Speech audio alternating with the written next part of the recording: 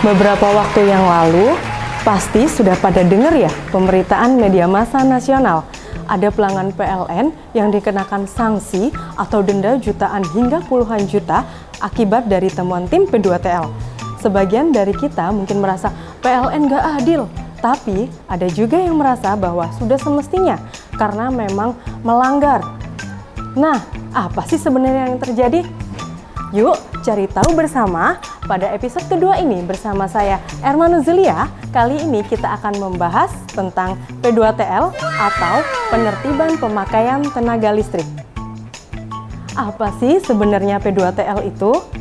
Berdasarkan peraturan direksi nomor 088.Z.P/Dir/2016, penertiban pemakaian tenaga listrik atau yang disebut juga P2TL ialah kegiatan meliputi perencanaan, pemeriksaan, tindakan teknis dan atau hukum serta penyelesaian yang dilakukan oleh PLN terhadap instalasi pemakaian tenaga listrik dari PLN.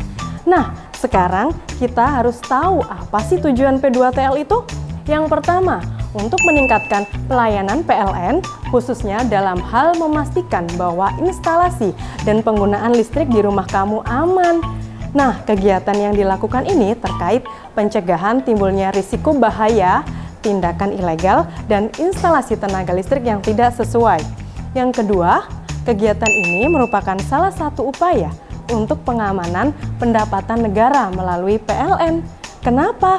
Karena ternyata di luar sana banyak oknum yang dengan sengaja menggunakan listrik secara ilegal untuk keuntungan pribadi yang berujung pada kerugian negara.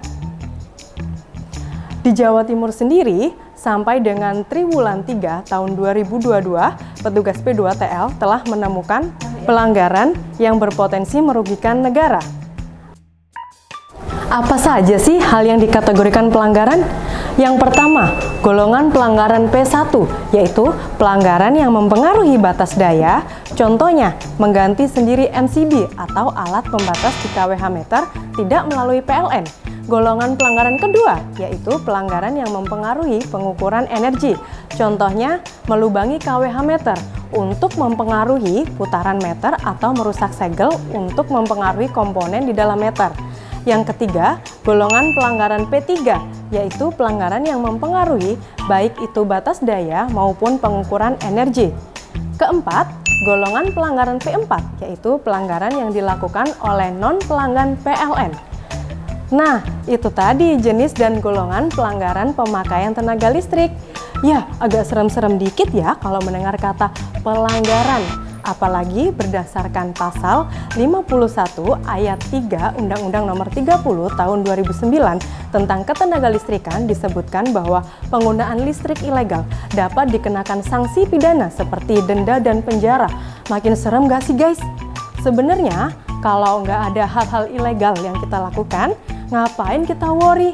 Kalau ada petugas P2TL yang datang, justru harusnya seneng gak sih? Karena ada yang memeriksa keamanan instalasi di rumah kita atau di lingkungan sekitar kita. Ingat, safety first ya guys, karena keamanan instalasi kelistrikan di rumah kita dan lingkungan sekitar sangat penting loh. Misal nih, ada penghuni yang instalasi listriknya nggak aman, terus menimbulkan kebakaran, lingkungan sekitarnya pasti ikut terdampak kan? Oleh karena itu, kegiatan P2TL ini sangat penting sekali ya elektrizen. For real information, pelaksanaan P2TL di lapangan dilakukan oleh petugas PLN dan didampingi oleh pihak kepolisian. Terus, ciri-ciri petugas resmi P2TL itu gimana sih? Yang pertama, memiliki surat tugas asli. Yang kedua, mengenakan tanda pengenal selama bertugas.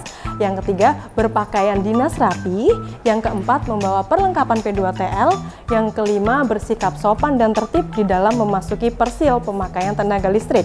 Yang keenam, tidak menerima bayaran di tempat pelanggaran karena semua transaksi PLN sudah menggunakan sistem PPOB atau Payment Point Online Bank. Nah, berikutnya yang nggak kalah penting adalah bagaimana sih cara terhindar dari pelanggaran-pelanggaran tadi?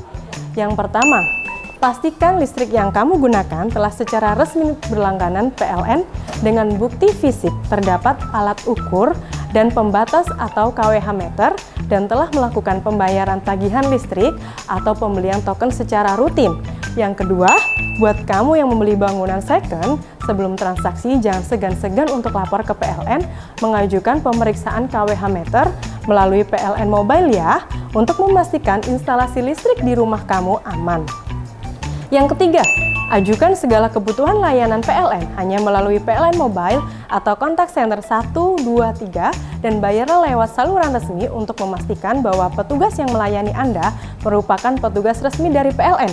Karena tidak sedikit yang mengaku-ngaku sebagai petugas PLN. Contohnya, oknum yang menawarkan alat menghemat listrik, box pelindung, dan lain-lain. Yang keempat, kalau Elektrizen mengalami kendala gangguan listrik, pastikan juga lapor lewat PLN Mobile untuk menghindari oknum-oknum yang tidak bertanggung jawab. Terakhir, kadang ada tuh pelanggan PLN yang ditemukan pelanggaran di rumahnya merasa keberatan terhadap sanksi yang dikenakan.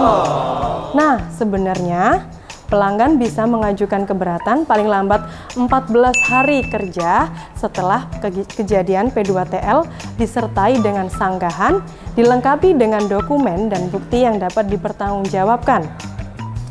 Selanjutnya, tim keberatan yang terdiri dari PLN bersama dengan aparat penyidik PPNS dari pemerintah akan melakukan kajian dan evaluasi untuk keberatan pelanggan. Nah, Elektrizen, bagaimana? Sudah cukup banyak ya pembahasan kita kali ini. Untuk Elektrizen yang ingin mendapatkan info lain tentang kelistrikan, tentunya langsung saja akses melalui aplikasi PLN Mobile, karena Super Apps PLN ini memiliki semua info yang Elektrizen butuhkan. Jadi, buruan download aplikasinya sekarang juga ya. Bagi Elektrizen yang menginginkan tema lain untuk dibahas, bisa komen di bawah ini ya. Jangan lupa untuk subscribe, like, dan share video ini. Sampai jumpa di video selanjutnya. Bye Elektrizen!